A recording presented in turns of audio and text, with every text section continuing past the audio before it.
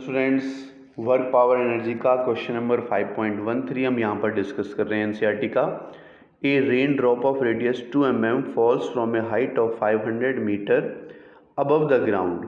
It falls with decreasing acceleration due to viscous resistivity of air until at half of its original height. It attains its maximum speed and moves with uniform speed thereafter.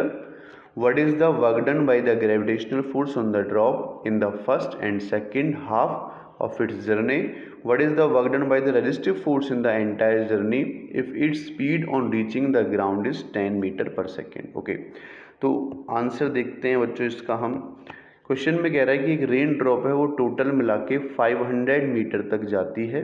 यहाँ से rain drop consider कर लेते हैं। तो कहता है जो 250 metre height तक रेजिस्टिव फोर्स लगता है, उसके बाद इसके बाद जो वेलोसिटी है वो कांस्टेंट वेलोसिटी से जाता है और वो कांस्टेंट वेलोसिटी ग्राउंड पर 10 मीटर पर सेकंड हो जाती है। जब देखो यहाँ से यहाँ तक जाएगा तो जो वर्क डन है वो यहाँ की पोटेंशियल एनर्जी के बराबर हो जाए, कितनी हाइट तक गया। ऐसे ही यहाँ पर जो वर्क डन है वो यहाँ की पोटेंशियल एनर्जी के बराबर हो जाएगा। तो दोनों की हाइट सेम है, यहाँ भी 250 तो यहाँ भी 250, तो दोनों का जो वर्क डन आएगा ईच हाफ में वो क्या आएगा, सेम आएगा। तो मुझे कैलकुलेट करना है मास। अगर मैं निकाल लेता हूँ बच्चों मास ऑफ रेन ड्रॉप, तो मास निकालने का फॉर्मूला क्या होता है बच्चों, वॉल्यूम इनटू डेंसिटी। तो वॉल्यूम का फॉर्मूला क्या होता है, 4/3 पाई आर क्यूब इंटू डेंसिटी हो जाएगा। वैल्यू पुट कर लेते हैं, 4/3 पाई की वैल्यू हमारे पास क्या हो जाएगी बच्चों, 3.14। आर कितनी है 2 mm, तो 2m यानी -3 और उसका क्या हो जाएगा, क्यूब हो जाएगा। और डेंसिटी कितनी होती है वाटर की, 10⁻³ होती है। तो ये किलोग्राम में आंसर आएगा। तो चलो पूरा ही सॉल्व कर लेते हैं। 3 से अगर मैं इसको कट करूं तो 3 1 जा 3 एंड 0 2 टाइम्स ये जाएगा यहाँ से। तो आगे ओपन कर लेते हैं, 4 इंटू या 4 की मल्टीप्लाई हम यहाँ पर कर सकते हैं। तो ये 4 की मल्टीप्लाई करने के बाद 1.02 के साथ वो कितना हो जाएगा, 4.08 इंटू ये 2 का क्यूब है तो ये भी क्या हो जाएगा, 8 हो जाएगा। इसका क्यूब है तो 10⁻⁻9 होगा और 10⁻³ यहाँ से चल रहा है। आगे देखते हैं मास इक्वल्स टू 8 की मल्टीप्लिकेशन इसके साथ कर लेते हैं। तो 8 8 जा 64 एंड 8 4 जा 32 हो जाएगा ये, इंटू 10⁻⁻6 किलोग्राम।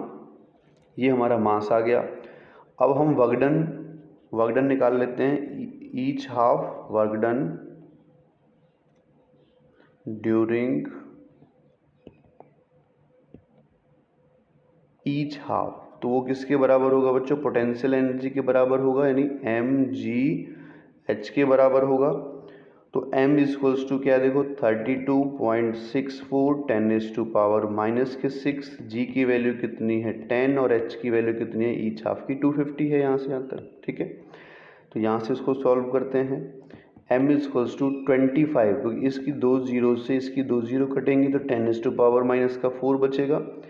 25 की मल्टीप्लिकेशन मैं इसके साथ कर लेता हूँ। तो 25 4 जा 100 0, 25 6 जा 156, तो 6 आ जाएगा मेरे पास। ठीक है, 25 6 जा 150 होगा और 6 हमारा पहले बचा हुआ है, सॉरी 10 बचा हुआ है तो 60 हो जाएगा। तो 60 का भी 0 लगेगा, उसके बाद हमारा बच जाएगा 16।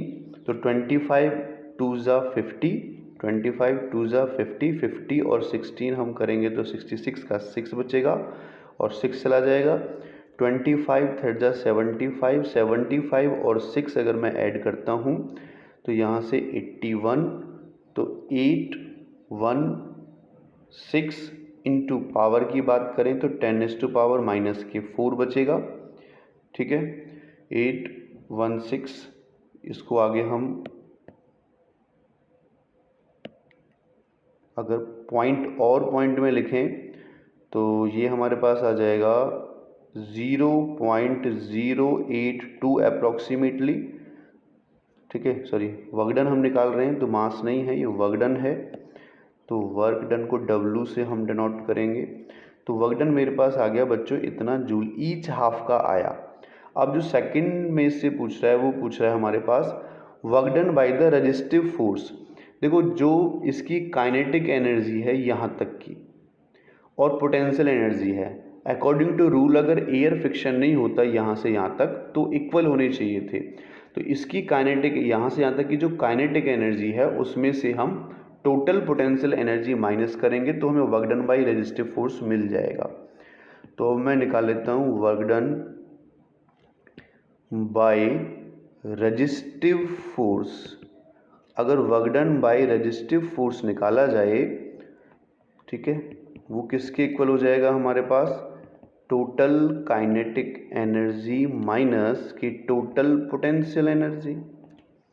ठीक है, तो काइनेटिक एनर्जी क्या है यहाँ से देख लेते हैं, 1/2 मास कितना है हमारे पास 32.64 इंटू 10⁻⁻⁶। वेलोसिटी कितनी है 10 हमें दे रखी है, ठीक है, 10 इंटू 10 क्या हो जाएगा 100 हो जाएगा, माइनस के 2 इंटू 0.082 होगा। इसको हम आगे सॉल्व कर सकते हैं, 2 से इसको कट कर देते हैं तो 16.32 इंटू 10⁻⁻⁴ बचेगा यहाँ से। और यहाँ अगर इसको सॉल्व करता हूँ तो कितना हो जाएगा बच्चों 2 से मल्टीप्लाई हम इसको करेंगे तो ये 4 होगा, उसके बाद ये 0.16 हो जाएगा।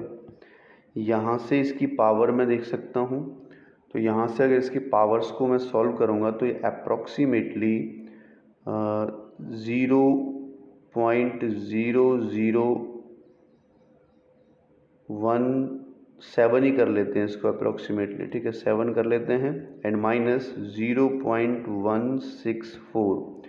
तो इसमें से अगर इसको माइनस किया जाए तो 0.1623 अप्रॉक्सीमेटली मेरे पास work done by resistive force निकल कर आ जाएगा।